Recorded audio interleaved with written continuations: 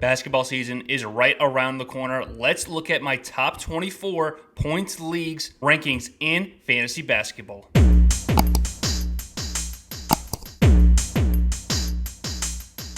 Now, this is the first year you might actually have a question mark at the number one player overall. Personally, I'm still going with Nikola Jokic, who does it in all three facets of the offensive game. But I can hear an argument for our number two player, Victor Wembanyama, the number two player in my points leagues rankings. This man might actually break fantasy basketball. We thought Jokic was a cheat code. Wembanyama is insane. I am excited to see what he can do this year in fantasy basketball. Now, I do have Luka Doncic at number 3. Some people are worried about his fantasy basketball playoff schedule and only having 2 games a week in that fantasy basketball playoff run. Now, I'm not taking that too much into consideration here. They're such a long way from here in the fantasy basketball playoffs. We need to make it to the playoffs before we worry about how many games our players are playing. You could also draft Luka Doncic highly and then trade him later on once you are confirmed in the playoffs. Also, look at your fantasy basketball settings, see where your playoffs land before sliding him down your rankings. But I do still have him as my third player overall. I'm taking the best player available here. If you want to use that as a tiebreaker, I'm more than happy to do so. But we're sacrificing the best player on the board looking ahead at a fantasy basketball playoff schedule. That's something where it's a little bit too far for me. My last player in tier 1 is going to be Giannis Antetokounmpo.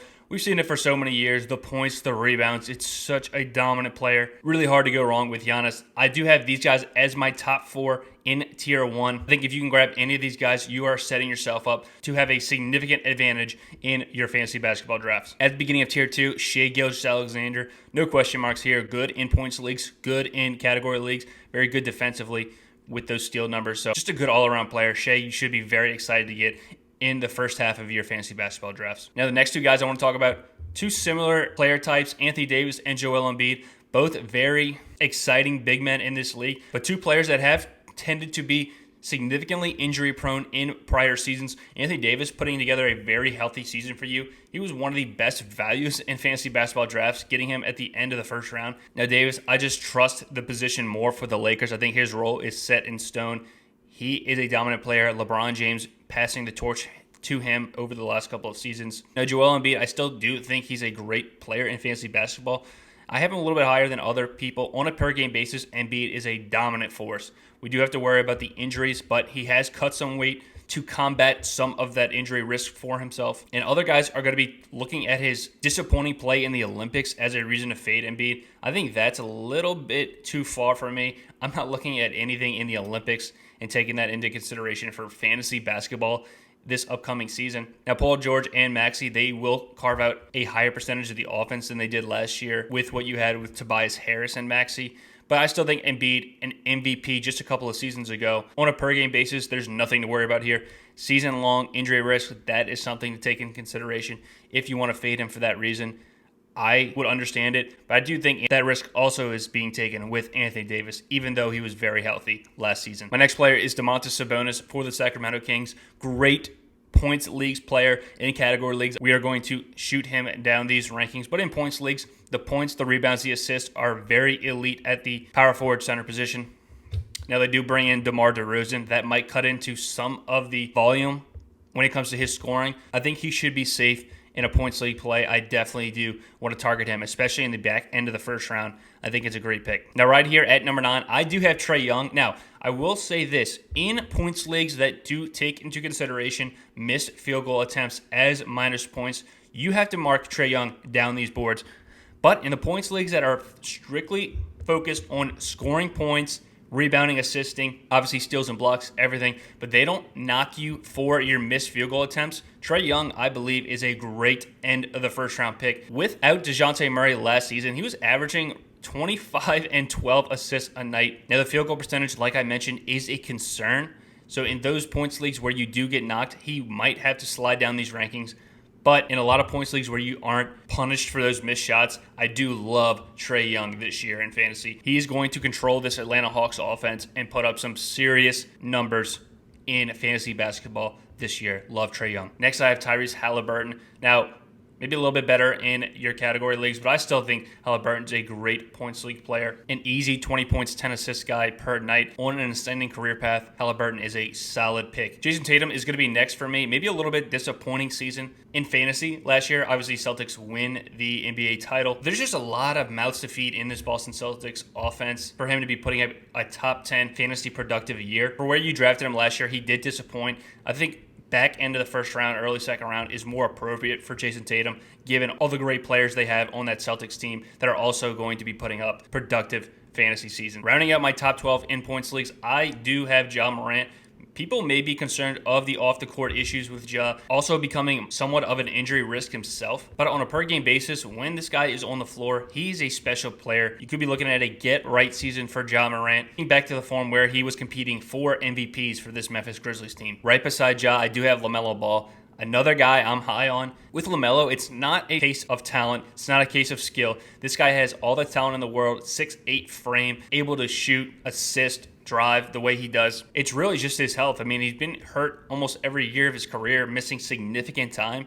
And if you're drafting him in the first, early second round, if he's going to miss 25% of the season, you are losing on a significant amount of production there. But it's kind of being a continuing trend. A lot of these guys in the first round, you're seeing some health concerns. So I try not to take that into consideration when drafting these players, as only using it as a real tiebreaker between guys. But LaMelo Ball, for what he is projected to do this season when healthy, I do think in a points league, we can get very excited about him. Similar to Trey Young, if you have the deduction for missed field goal attempts, you want to be sliding him down, as he does have a poor field goal percentage. But in your points leagues that don't account for that, I think this is a good spot to grab him in the early second round. This is the end of the slide for LeBron James. I do have him as my 14th player overall in points leagues on a per game basis, still elite at age 39. It's about to be 40 years old, LeBron James. To be putting up anywhere near top 12 fantasy numbers at age 39, pretty remarkable. While he has lasted so many years in the NBA, it's such a high level. Father of Time, as we all know, is undefeated. We should see slight decrease in his production year after year. But when the king wants to turn it on, we know he can go off and control a game, still entering his age 40 season. So in my next year, I do have Anthony Edwards. A little shakeup with the Minnesota Timberwolves, trading Karl Anthony Towns, introducing Julius Randle. So it will be interesting to see how he plays alongside Julius Randle. We know a ball-dominant player in his own right. While Anthony Edwards is such an amazing talent and a young, prospering star in the NBA, still, it's hard for me to put him much higher in this list, given what we saw last year. The numbers were very good, but nothing groundbreaking in fantasy basketball. And introducing a new ball-dominant player in Julius Randle, I am a little bit hesitant on Anthony Edwards, but I still do have him in the middle of round 2 in your fantasy basketball. Next, I'll have Devin Booker, playing a little bit more of the point guard position last season, getting those assists up. That is what we like to see. Pretty much running back the same team with Bradley Beal and Kevin Durant. Next, I have Scotty Barnes.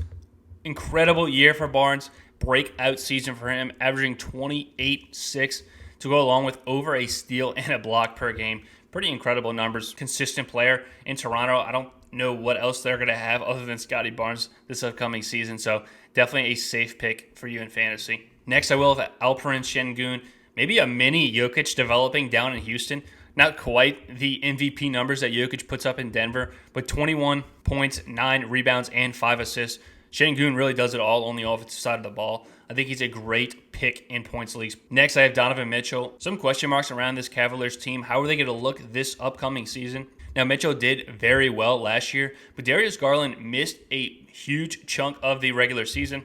So I do have a little bit of concern with Mitchell that his per-game numbers are going to decrease with a healthy Garland. We hope to see this upcoming year. Next, I will have James Harden in Los Angeles. One of the last remaining faces for that Clippers team that we've come accustomed to seeing. Obviously, Paul George no longer on the team. Russell Westbrook out of town as well. And Kawhi Leonard dealing with knee injuries as he always does. So James Harden is kind of the last man standing here. Numbers have been decreasing for James Harden.